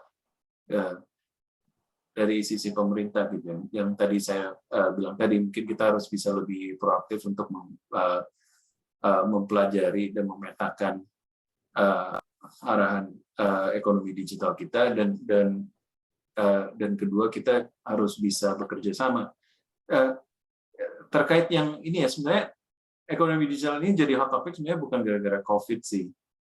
Ini udah dari secara global ini udah lama ya, makanya ini US sama Cina udah investasi miliaran triliunan US dan udah berdarah-darah perangnya, kita masih mikirnya e-commerce, ya kan. Jadi menurut saya ini yang perlu kita sadari nih dulu, ini bukan sesuatu yang baru, dan bahkan ini sesuatu yang kita ini ada peluang untuk catch up, ya kan.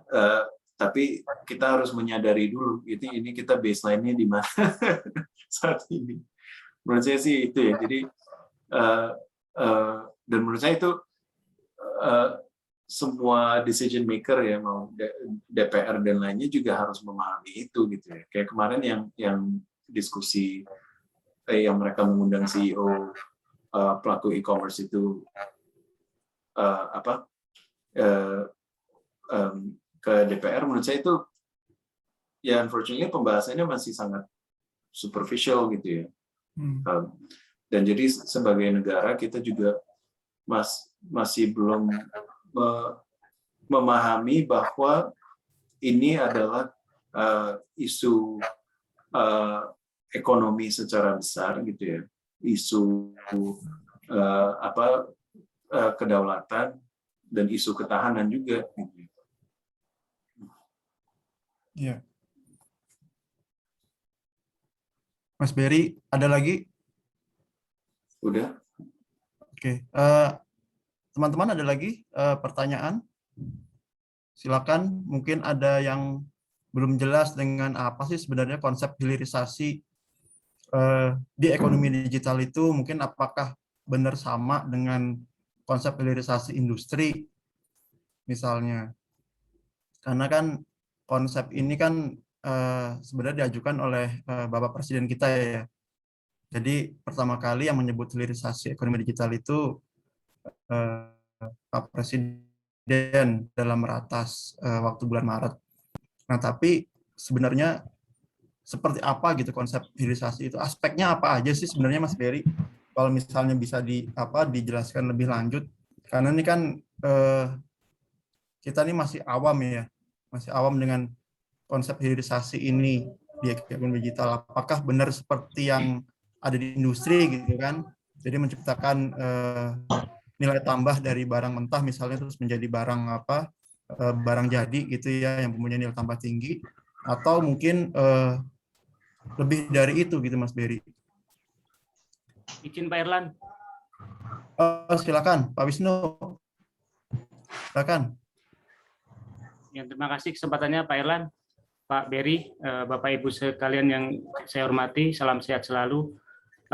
Mohon izin ada lebih minta ke pandangan Pak Berry ya terkait dengan prospek hilirisasi terutama di sektor pangan ya. Tadi sempat disebut-sebut terkait dengan Tanihub.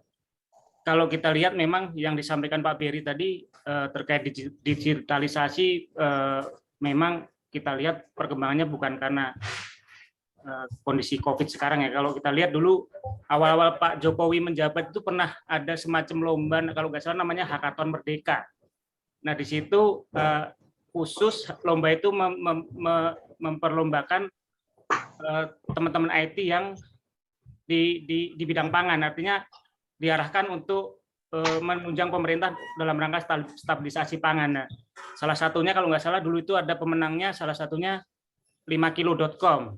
Nah, 5kilo.com itu yang dia mencoba untuk memperdagangkan atau menjual langsung bawang merah dari Brebes ke konsumen langsung. Nah, itu jumlahnya atau kenapa disebut 5 kilo karena dia yang dijual itu dalam kemasan-kemasan kecil 5 kilo dan langsung ke konsumen. Nah, itu memang sudah berkembang berarti kurang lebih ya kalau ini 10 tahun lalu digitalisasi ekonomi itu sebenarnya sudah digaungkan oleh pemerintah. Nah, yang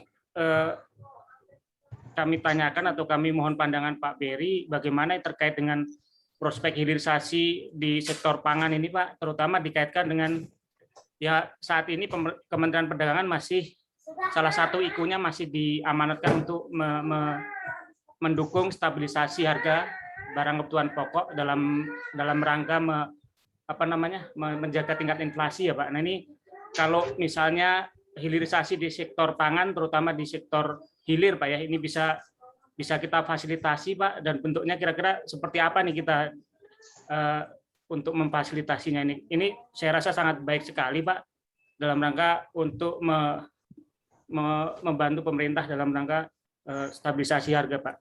Jadi mohon pandangan Bapak Pak terkait dengan prospek hilirisasi terutama di sektor pangan, karena kalau saya lihat Tanihub ini bergeraknya masih di sektor hulu Pak ya, lebih ke petani, kemudian memang ada yang dijual tapi yang dijual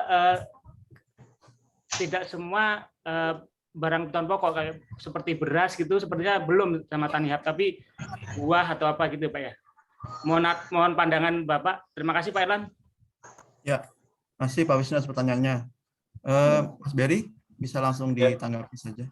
Ya, itu sebenarnya pertanyaan yang sangat baik ya untuk sektor pangan, karena menurut saya ini salah satu core dari apa yang dimaksud dari hilirisasi gitu ya. Jadi kan, tapi ini jangan di-confuse ya dengan hulu hilirnya pangan ya. Soalnya ini kan, jadi menurut saya hilirisasi ekonomi digital ya, yaitu maksudnya kayak bagaimana teknologi bisa merangkap ke dari hulu sampai hilirnya pangan justru, ya kan? Jadi kita mulai dari hulu dulu deh, kan dari hulu itu ada isu dari sisi ini ada yang perlu di-mute ya, ada sektor ada aspek produktivitas.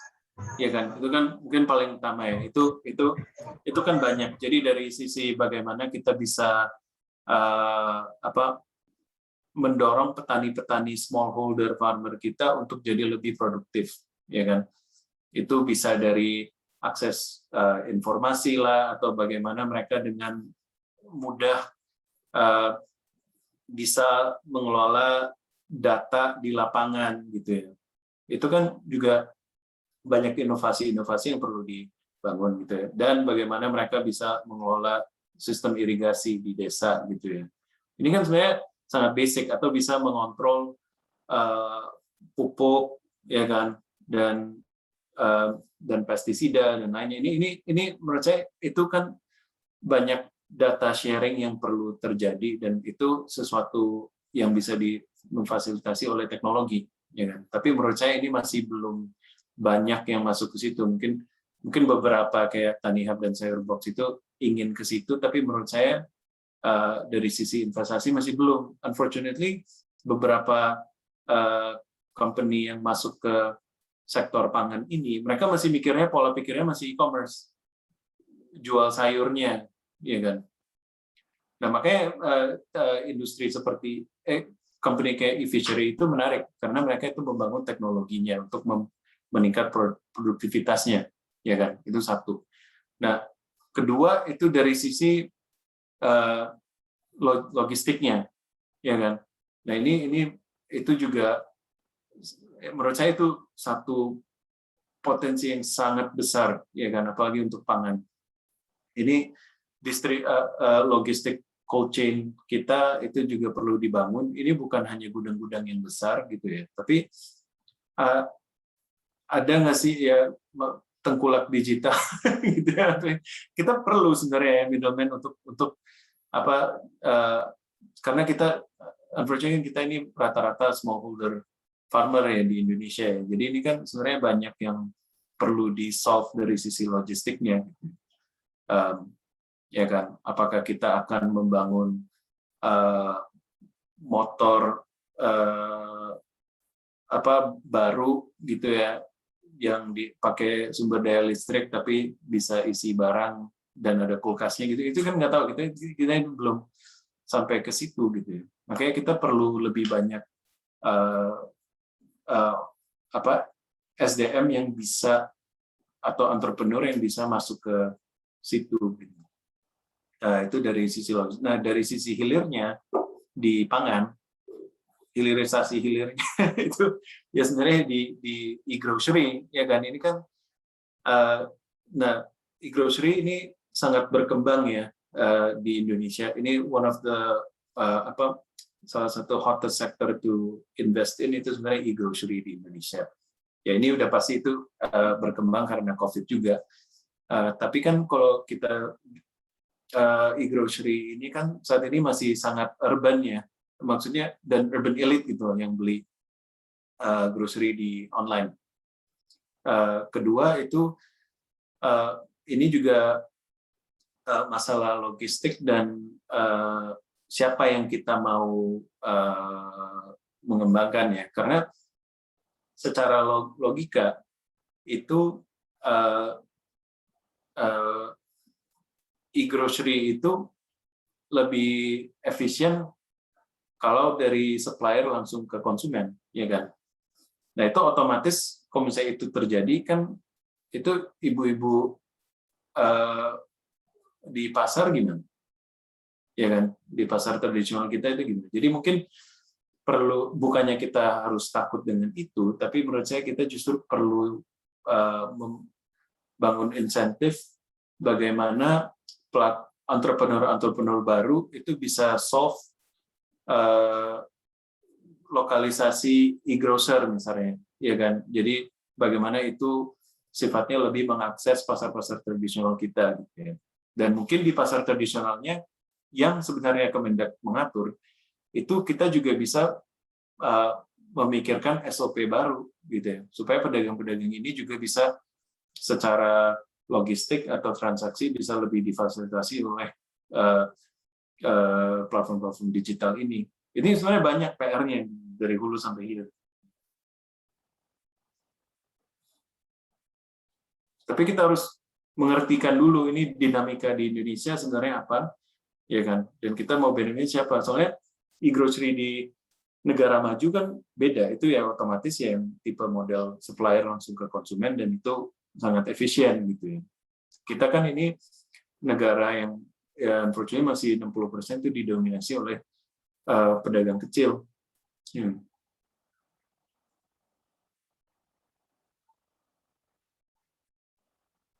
Ya, Oke, Mas Berry, ini kemudian ada lagi pertanyaan dari pertanyaan di chat nih ya. Pertanyaan di chat dari Bu Poppy. Perlu saya bacakan atau mau baca sendiri? Mas Elan yang bacain. Oke. Ekonomi global tidak dapat terbendung. Saya pribadi sependapat dengan Bapak narasumber terkait ekosistem aset kripto dengan menitik beratkan pada depositori. Pertanyaan saya, apa pendapat Bapak terkait NFT yang berkembang saat ini terkait ekonomi digital? NFT. Dari semua konsep Ngono konsepnya rada dawa aku kayak ngomong kayak gini kowe tak cerita. Itu ada dari semua translator konsep Jawanya ya. Iya. Lagi transaksi, Mas. Dari semua konsep 5G, cloud computing, blockchain, artificial intelligence, dan IoT, mana yang memberikan dampak terbesar pada ekonomi digital Indonesia saat ini?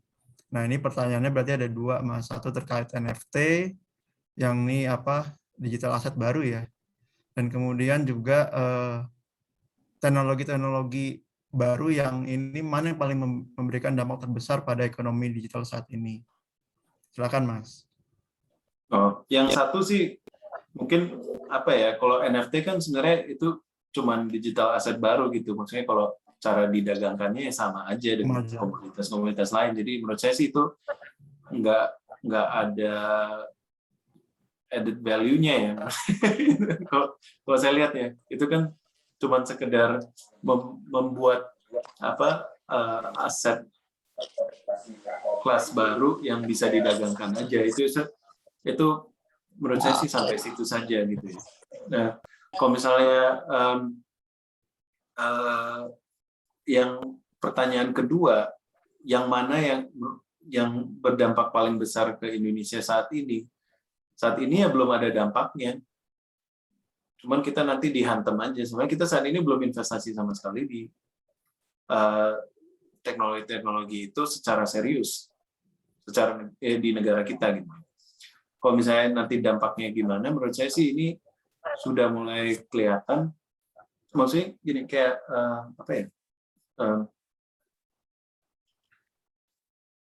ini menurut saya kita jangan cara mikirnya itu yang mana yang dampaknya paling besar. Soalnya ini bukan soal ranking pilih mau teknologi yang mana. Enggak, ini semua akan berjalan dan ini semua akan menjadi revolusi ekonomi kita gitu.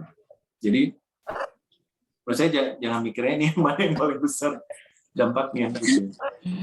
Pagi Pak Berry. Ini yang Pak. Bertanya. Ya, saya setuju dengan pernyataan NFT tadi bahwa itu salah satu memang saat ini kan berkembang sekali tuh NFT yang terkait seems like kita di-push untuk yang ekonomi digital seperti itu ya Pak ya. Ini kan terkait dengan banyak hal. Nah, saya setuju dengan pernyataan Bapak itu one of another aset. Nah, yang kedua Pak, makanya karena kenapa selama ini kan di KL itu biasanya blockchain. Sebenarnya blockchain itu kan teknologi pencatatan ya.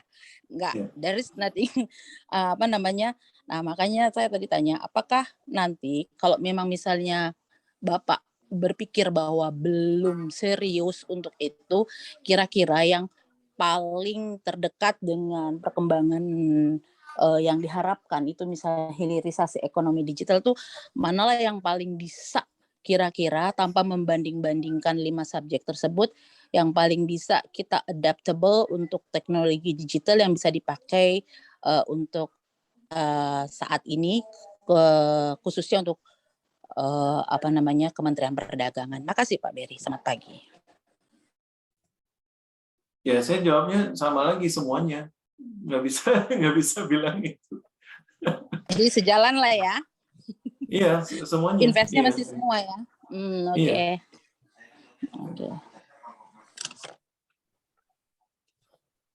Ya, jadi tidak ada teknologi mana yang diutamakan ya, Mas Berry ya. Semuanya sesuai kebutuhan dan berjalan beriringan ya, Mas. Iya, Iya, betul. Ini bukannya kayak ini pertanyaannya ini sangat penting nih untuk diberikan, karena ini kan semua teknologi-teknologi mendasar ya. Jadi ini bukan ini seperti ini nggak bisa kita mending apa ya comparison-nya.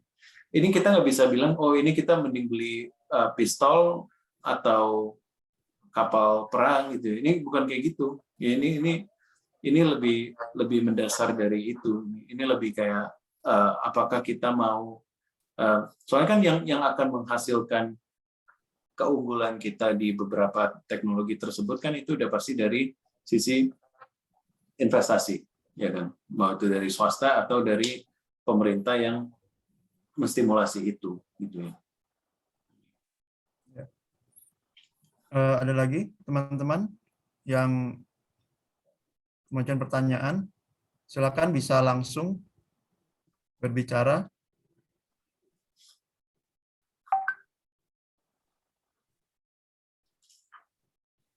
Kita masih punya waktu sampai jam 11.30 ya.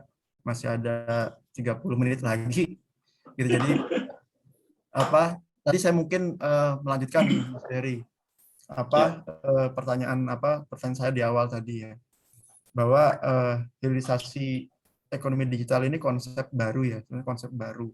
Dan sebenarnya hilirisasi ini kan merupakan merupakan cara untuk bagaimana teknologi digital yang ada saat ini, ya tadi 5G, terus IoT dan sebagainya itu bisa dimanfaatkan sehingga bisa menciptakan inovasi yang bermanfaat untuk masyarakat. Gitu. Nah, tapi kita sendiri kan juga tahu Mas, kalau adopsi teknologi-teknologi tersebut itu bukan suatu hal yang murah ya, bukan suatu hal yang murah dan bukan suatu hal yang misalnya kita belajar setahun 2 tahun gitu terus bisa langsung ahli di bidang itu dan juga banyak yang bisa gitu ya, karena itu kan bisa dibilang ya kalau mau dibilang rocket science mungkin gitu kan, tapi yang pasti bukan teknologi yang sederhana. Dan padahal di satu sisi misalnya contohnya UMKM kita gitu ya, banyak yang ya UMKM dimulai dari rumahan yang dengan modal yang tidak seberapa gitu kan. Nah tentunya kan ini bertolak belakang dengan di satu sisi kita ingin memanfaatkan teknologi digital yang yang bisa dibilang mahal gitu kan ya. Tapi di satu sisi sebagian besar pelaku usaha kita mungkin masih banyak yang belum mampu gitu Mas. Nah, ini kan ada pertentangan kondisi. Nah ini bagaimana Mas kira-kira menengahi gap ini gitu Mas? Ini ada beberapa hal yang saya harus luruskan dulu nih, Erlan. Jadi menurut saya ini ya, hilirisasi itu bukan konsep, tapi itu adalah keputusan. Itu bukan konsep, itu keputusannya kita mau mulai invest atau mengarah supaya kita jangan jadi pasar lagi. Ya kalau katanya pasar kan kalau di dunia digital ini ya konsumen kita menjadi data yang diperjualkan, ya kan? Komoditasnya itu data dari konsumen, ya kan? Itu hilirisasi itu bukan konsep sebenarnya. Ini keputusan kita mau jadi pasar atau enggak. Itu aja kan sebenarnya, ya kan? Nah, kedua ini terkait waktu yang atau effort yang kita butuhkan untuk catch up, ya kan? Nah ini menurut saya kita harus benar-benar belajar kita harus pede, ya kan, dan benar-benar belajar dari Cina. Ini mereka catch up-nya kan gila-gilaan, Mas. Ini dari 10 tahun terakhir ini ya dunia digital kan sangat cepat ya. Jadi kayak 2013 itu Gojek masih call center.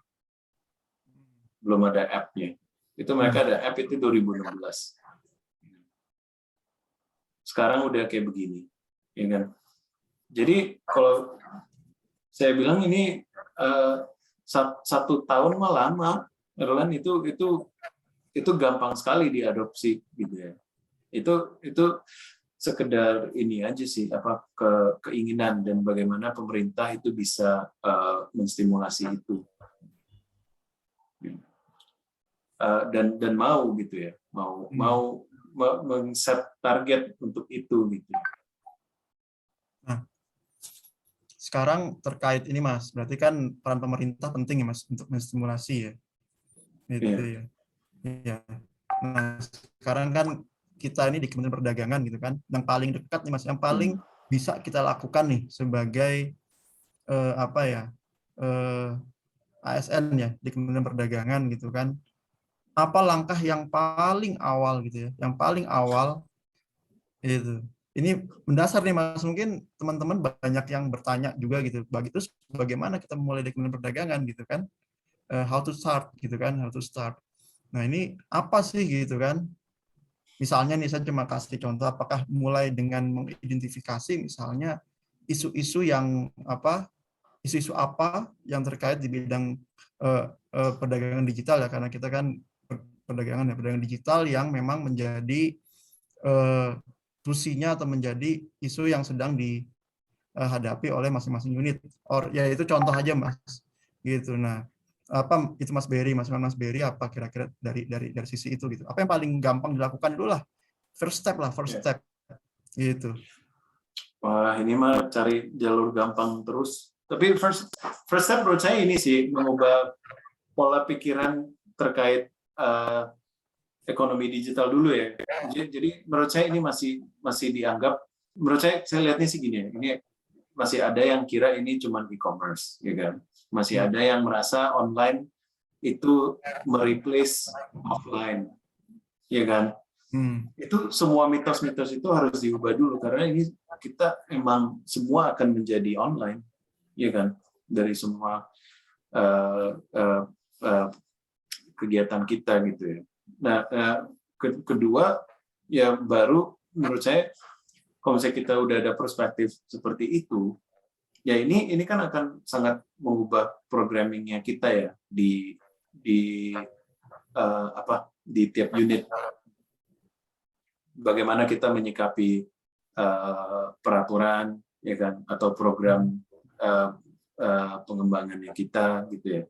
Jadi menurut saya itu emang harus di review dan tetap di renew gitu ya. Kayak sekarang kan PDN lagi susun kajian ya, lagi mau menyusun kajian untuk reform PDN karena banyak tupoksinya udah diambil sama Badan Pangan Nasional.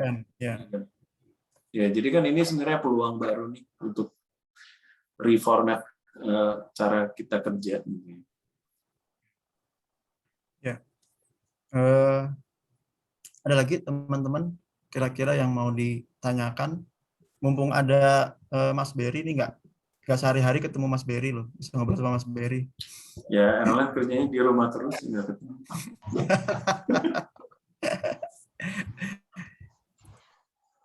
Kan sudah zaman teknologi digital Mas, tidak perlu langsung ketemu di udara.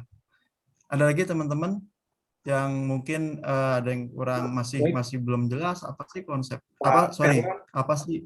Oh, silakan Pak Sigit. Baik, terima kasih Pak Berry dan Pak Erlan.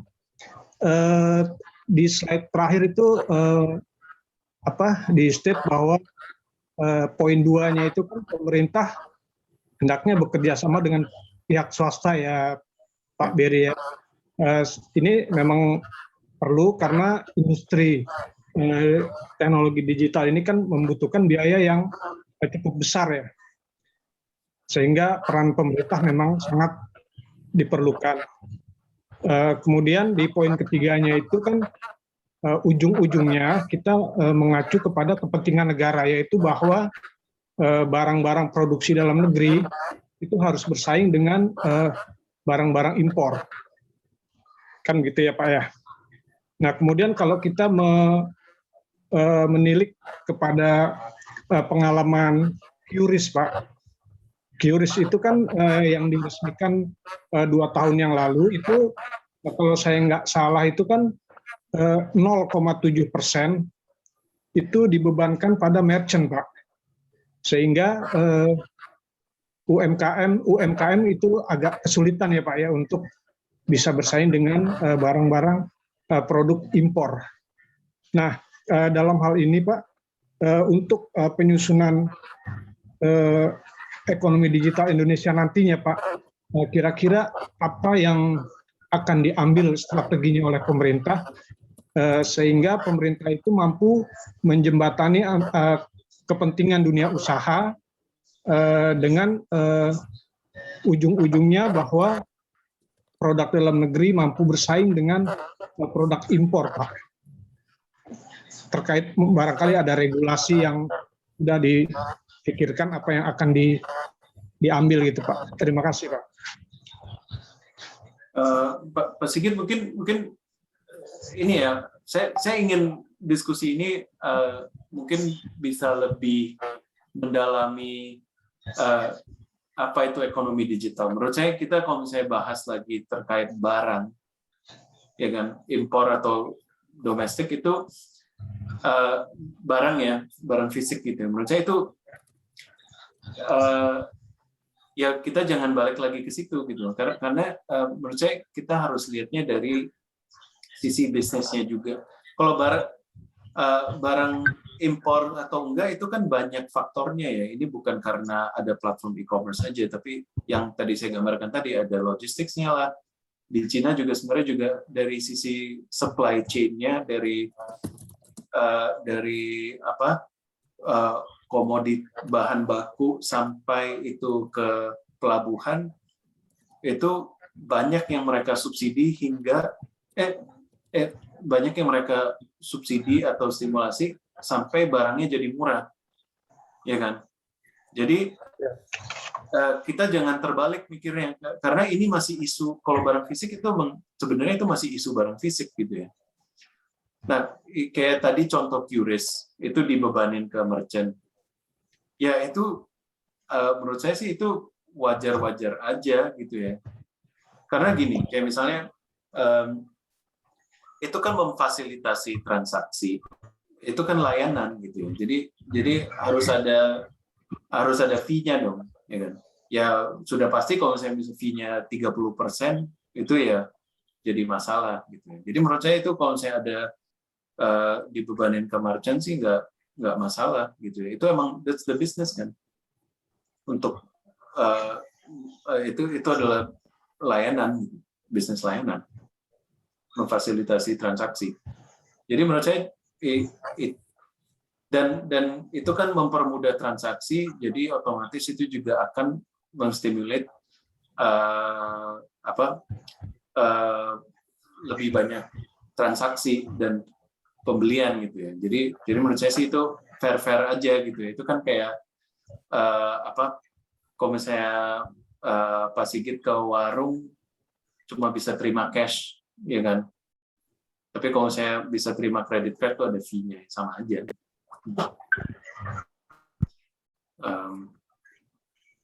Tadi ada ketiga ya?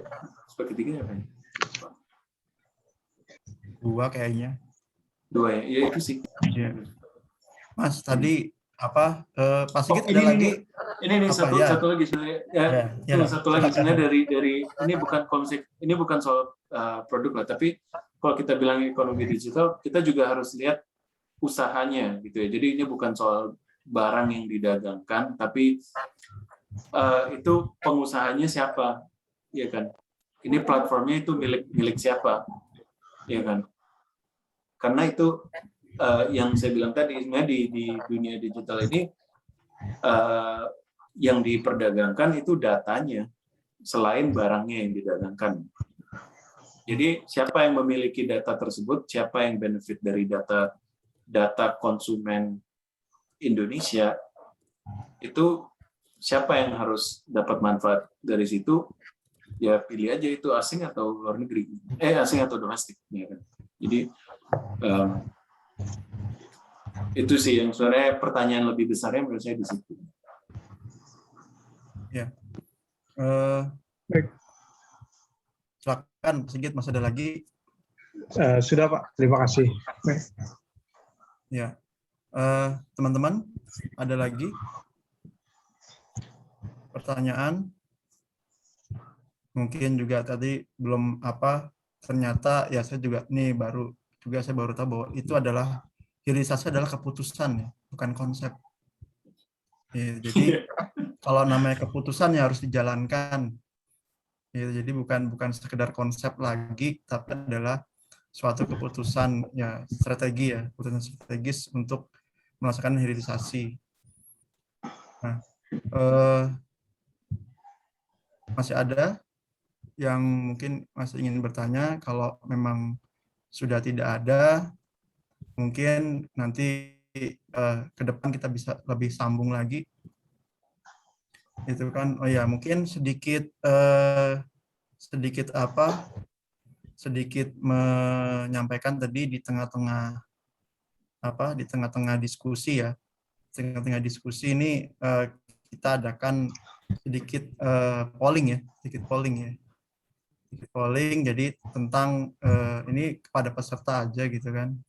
Jadi polling ini kita ingin mencari tahu gitu kan, apa pendapat dari seluruh peserta di sini. Jadi apa yang harus menjadi prioritas Kementerian Perdagangan ya terkait ekonomi digital dalam 1 tahun ke depan. Nah ini ada 40 orang yang menjawab ya dari 97 peserta di sini. Ini jadi ada 5 opsi. Jadi dari pemanfaatan teknologi, kemudian perdagangan elektronik atau e-commerce, kemudian juga perdagangan aset digital, dan juga perlindungan data konsumen, serta peningkatan kapasitas SDM talenta digital. Nah, dari 5 opsi ini, yang paling banyak dipilih, ini ada 2 yang sama jumlahnya, yaitu sebesar 29,2% itu memilih e-commerce atau perdagangan elektronik, dan juga yang kedua adalah peningkatan kapasitas SDM. Nah ini jadi baru yang ketiga diikuti oleh pemanfaatan teknologi. Yang paling terakhir adalah perdagangan aset digital. Nah ini juga bisa menunjukkan prioritas rekan di sini dalam pengembangan ekonomi digital ke depan. Ini menjadi masukan buat kita ya. Berarti memang di sini Mas Berry menunjukkan kita perlu adanya penyiapan SDM. Jadi baik dari sisi literasi ya maupun dari sisi kemampuan. Nah khususnya juga terus terang ya di Kemendak ya pastinya ya. Dan kemudian juga memahami tentang perdagangan elektronik. Nah ini e-commerce ya mungkin dapat dipahami karena Kementerian Perdagangan mempunyai tusi di situ, bisa berwenang di pemanfaatan teknologi. Nah ini nanti akan menjadi pertimbangan kita ke depan, Mas Berry, untuk mungkin kita mengadakan sesi-sesi berikutnya terkait isu-isu ini. Saya kira untuk kegiatan lecture series kita kali ini dapat kita selesaikan. Pak Sigit, bisa mohon izin.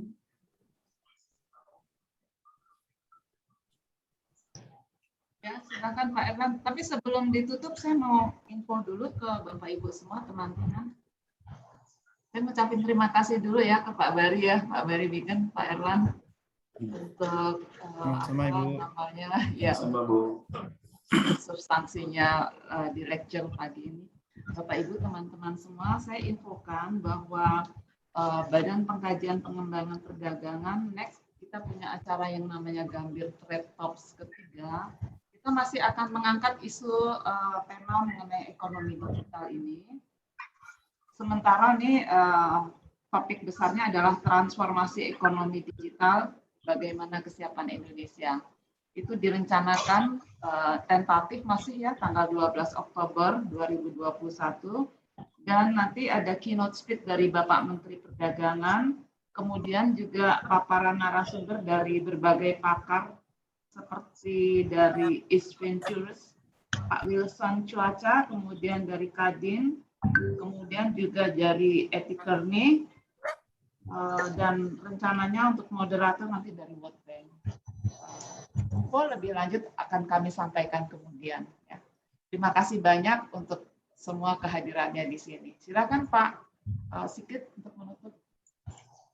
Baik, terima kasih Ibu Ses BP3, Pak Beri selaku narasumber, dan Pak Erlan, dan Bapak-Bapak, Ibu-Ibu sekalian. Alhamdulillah acara ini terselenggara dengan baik dan pesertanya melampaui kuota nih Pak Beri Bigan. Itu lebih dari 100 yang minat, tapi karena kuotanya 100, jadi nggak bisa masuk semua. Mudah-mudahan hasil diskusi ini bisa memberikan manfaat yang sebesar-besarnya di dalam tim merumuskan ekonomi digital Indonesia, sehingga bisa bermanfaat secara maksimal terhadap kepentingan bangsa kita. Sekali lagi saya ucapkan terima kasih banyak kepada Bapak-Bapak dan Ibu-Ibu sekalian. Assalamualaikum warahmatullahi wabarakatuh. Terima kasih semuanya. Terima kasih. Terima kasih. Terima kasih. Terima kasih Bu, terima kasih Mas Beri. Terima kasih semua. Terima kasih Mas Beri. Terima kasih teman-teman. Terima kasih Mas Rahman. Sama-sama Ibu Dina.